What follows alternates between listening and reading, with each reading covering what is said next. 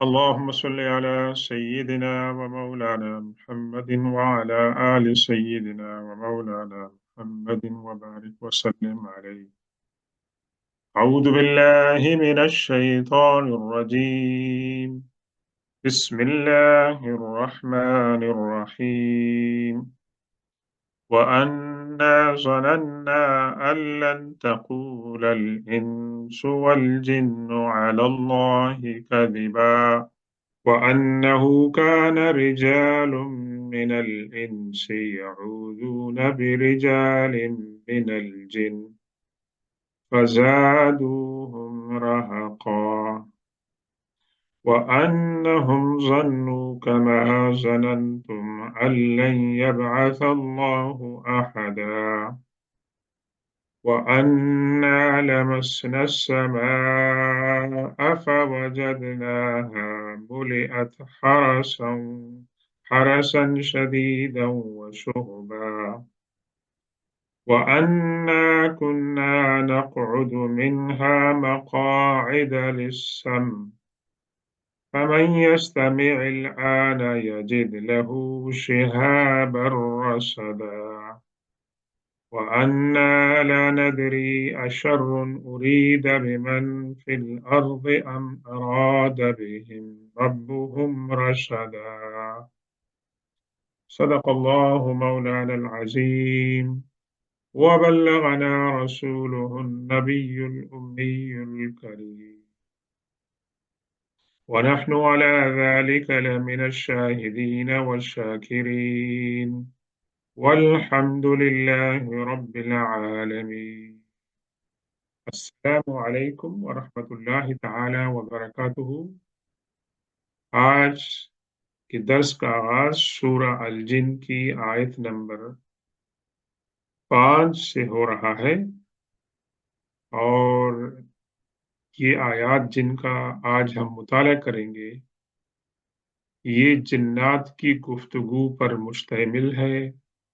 اور اس کے بعد اللہ تبارک و تعالیٰ نے حضور نبی کریم صلی اللہ علیہ وسلم کی رسالت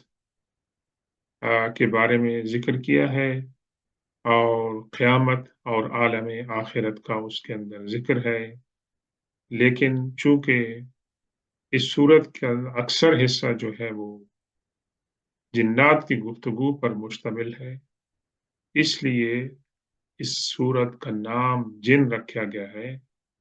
اور اتنی معلومات دی گئی ہیں جتنی معلومات کی ضرورت تھی،